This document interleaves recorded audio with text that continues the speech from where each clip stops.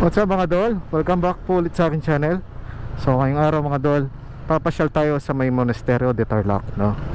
Ang daan natin ngayon ay sa Clark. Bale, check natin yung Goshen Hotel doon. Kung mahal yung entrance, baka hindi na tayo papasok, no? And then next yung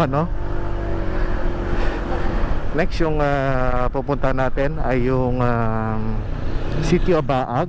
Kung maganda yung daan, pupunta tayo doon. Pero kung hindi, tuloy tayo.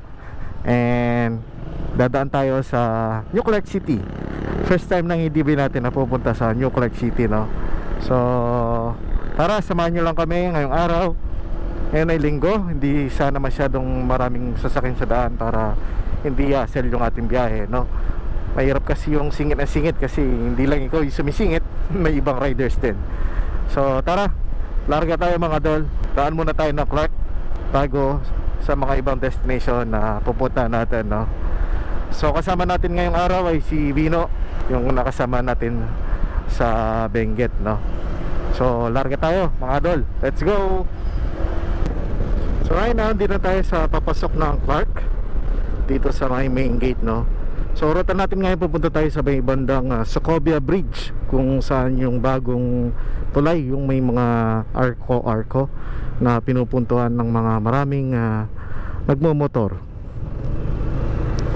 So tara, check natin yung lugar para makita nyo.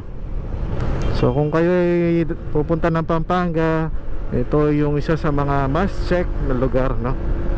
Pagpasok nyo pala dito sa may main gate ng Clark, medyo stay kayo dito sa may bandang right side, no? Supposed to be ito yung right, itong lane na to sa kanan ay motorcycle lane. Pero dahil marami ang mga pumapasok ng SM Clark, dito sila natatraffic. Ayun, nagkakalaklak sila doon. So for meantime, dito tayo sa bandang gitna. And then later on, pupunta tayo sa right side. Ito yung mga foreigner na nagji-jaywalk. At Aurora Fest ba ngayon o kahapon? Hindi ko alam eh. At saka weekend pala ngayon, kaya marami ang mga pupunta ng SM.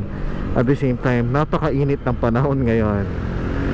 Ayan o, ang daming mga taga-Angeles or ang daming mga motorista na pupunta ng SM Clark.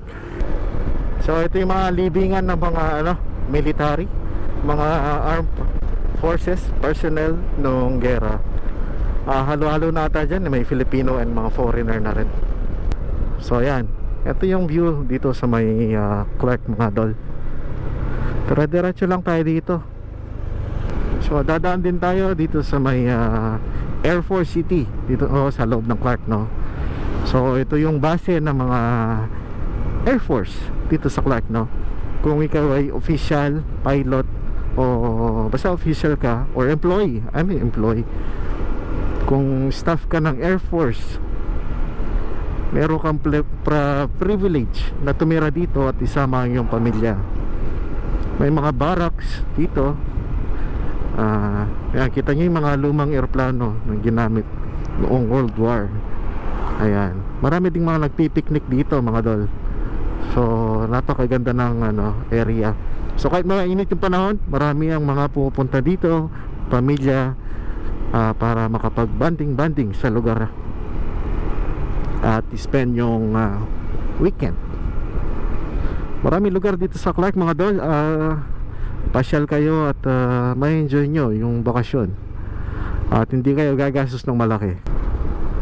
So dito tayo ngayon sa may rotonda. Kung diretso ka, makakapunta ka ng Clark North, no? Pero tayo, pupunta tayo dito sa may Sokovia Bridge. Alam ko allowed yung maliliit na motor dito eh. So ito na yung tulay mga dol. Dati pumunta tayo dito para nabawal tayo. Pero ngayon, pwede na, open na siya.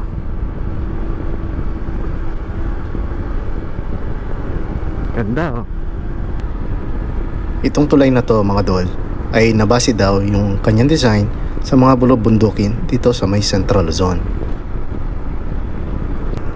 Picture kaya tayo. May pabalik na lang. Punta na pabalik. Oh. Atila Sulu. Mamayang pabalik na lang para may ilaw, para mas maganda yung ambience. So tara sa Goshen. Uy, first time natin dito mga dol. Yung mga ilaw nila dito ay solar.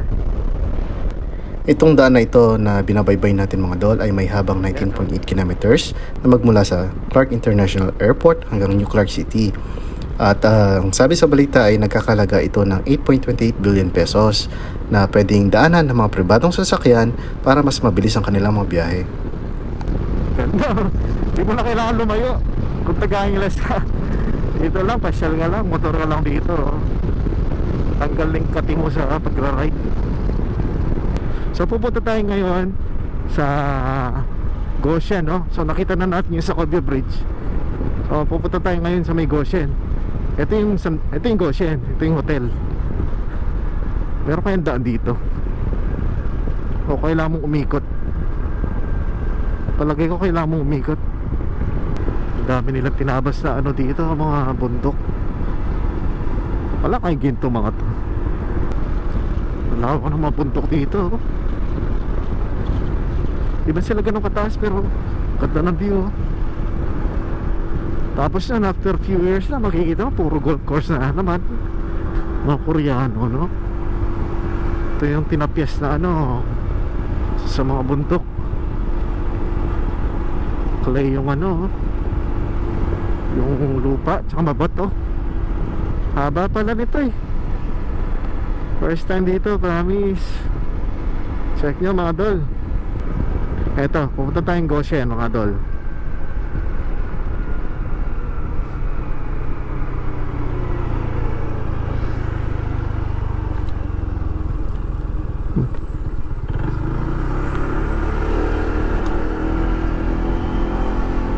Ito na yung ano, humingi ako ng sinyales sa mga guard.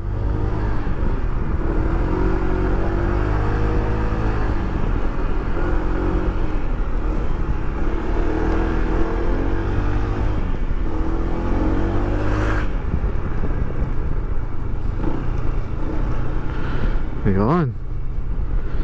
Pero kailangan mo umuwi ng permiso. Baka biglang sarado o ano, one way. Hindi natin alam. So pupunta kayo ng Goshen. Ito yung daan mga dol. Grabing pagbaba dito ah. So papunta pa rin tayo mga dol dito sa may Goshen, no? Up and down pala yung daan dito. Ang gandang ano pala to, ang training sa ano, mga mini bankingan. Dito lang pala medyo solve na yung gutom mo sa ride, no? Magbalik ka nga lang dito, okay ka na. 8 kilometers pa, layo naman ito. Kala ko malapit lang. Mga twisties din pala yung daan dito. Dami rin pala mga residente sa area na to mga dol. Hindi ko lang sure kung under ng Bamban to. 8 kilometers. Di joke to ha. 1 bar na lang ako. May nagkagas ba dito? Ano ba yan? Papasubo ako ah. Ito main road. Main road ng ano to? Main road ng Bamban. Wala na sa memoran lang pala ko, no? Dinuro tapalo. Main road din eh oh. Galing na eh. Sakto lang ang gas. Halika ito na. Huwa. Huwa. Tara.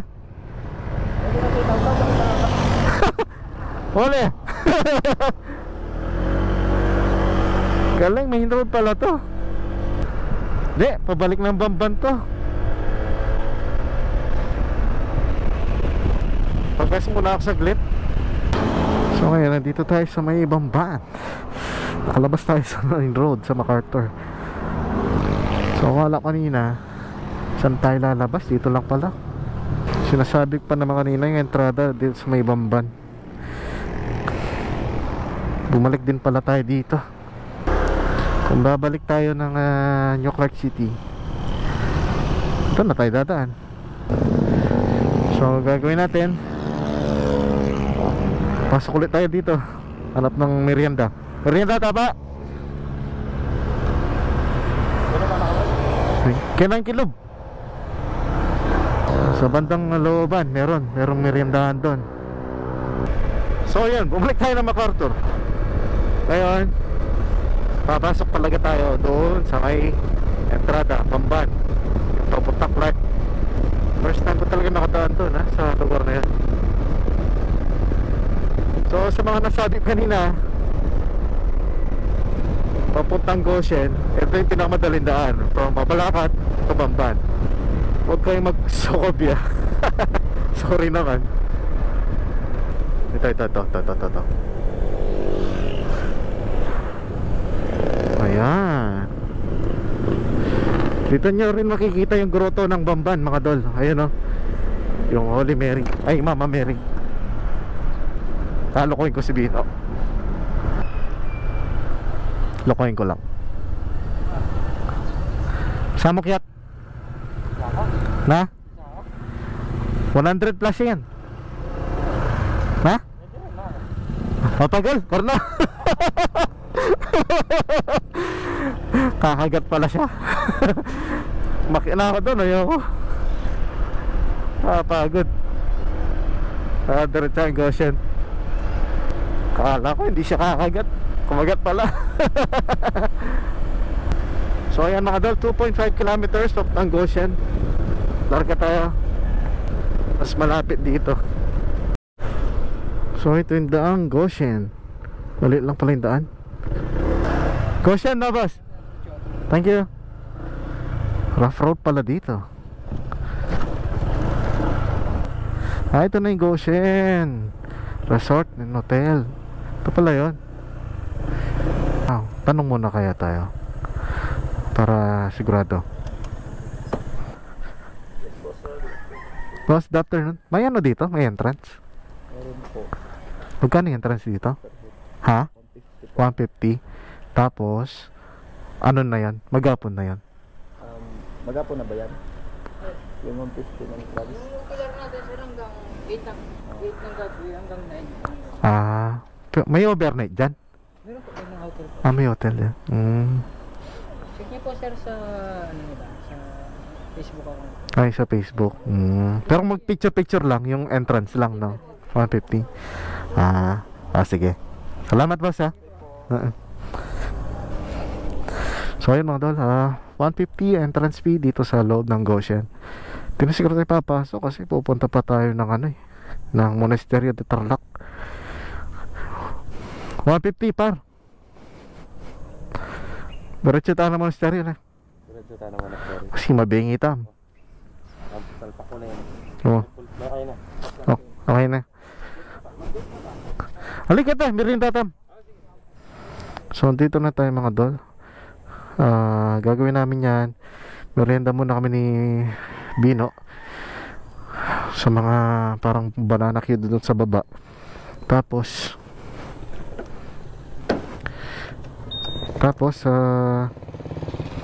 didiretso tayo ng Monasterio de Tarlac mamaya.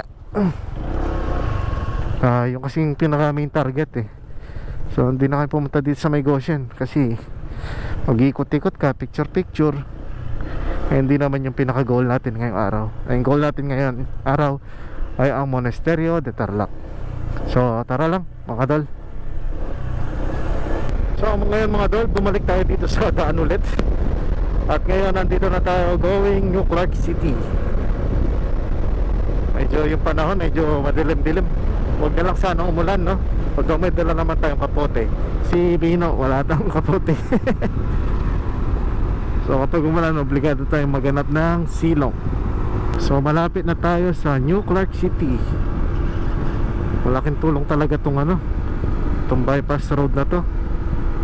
Ang ganda, oh. Marami rin mga bikers. Maganda mag-bike nga dito, kaya mag-jogging, no? Mag-park ka somewhere. Ganda ng lugar mga dol, no? Lumagpas tayo mga dol, andito tayo sa New Clark City, no? Ito yung Coliseum, oh. Scout lang natin yung area. Subukan natin pumasok dito sa Coliseum. Kung makapasok tayo. Dapat dito ginanap yung Aurora no? Mas cool. Yan dyan tayo pumila nung ngayon man. Hindi, picture lang tayo dito.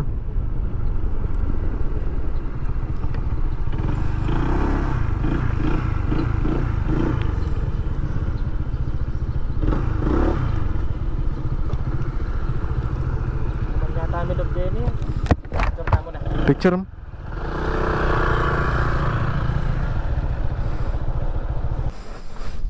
Picture lang tayo dito. At ayan, tapos na kami sa New Clark City. Ito yung Coliseum mga dol. So nag picture na kami. Kaya larga ulit kami papunta Monasterio de Tarlac. Thank you Lord, napakaganda ng panahon. So ito na yung back door.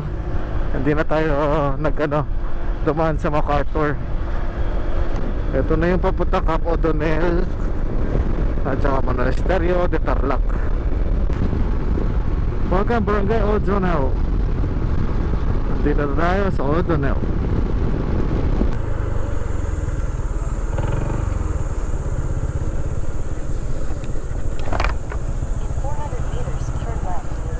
Kuya? Apo? 20 pesos po sa isang motor, bali 40 ho, dalawa. 40? Kuya? May tindahan doon, kuya? Sir, meron po. Pang inumin? Thank you. Yung parking okay na doon, no? Sa baba lang po yung parking. Yes, sir. Okay. Salamat. Parang dati, alam ko, stiff yung mga daan. Pero relax na yung daan ngayon. So, andun na tayo sa Monasterio de Tarlac. Baka doon. Ganda yung daan. Pero alam ko, iba yung daan dati. Alam ko dati, matitirik. Ngayon hindi na. Hindi, bago lang ako. Anyway, park na tayo mga dol.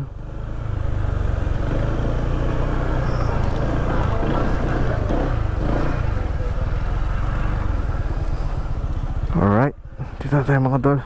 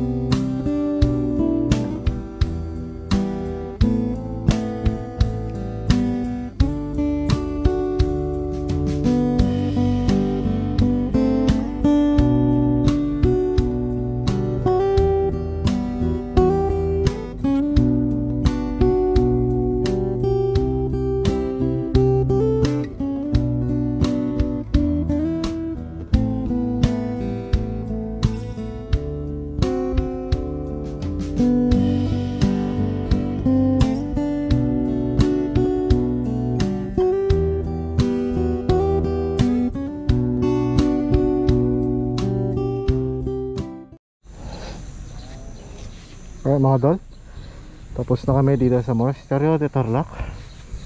Uwi na kami. Dadaan ulit kami sa may New Clark City. Lalabas ng Clark. So again mga dol, maraming salamat sa panonood ng ating short vlog ngayong araw dito sa Monasterio de Tarlac. Alright, hanggang sa muli. God bless sa inyo. Ride safe. Mount 26 Vlog. Subscribe po kayo at para masuportahan po ang aking channel. God bless po. Bye bye.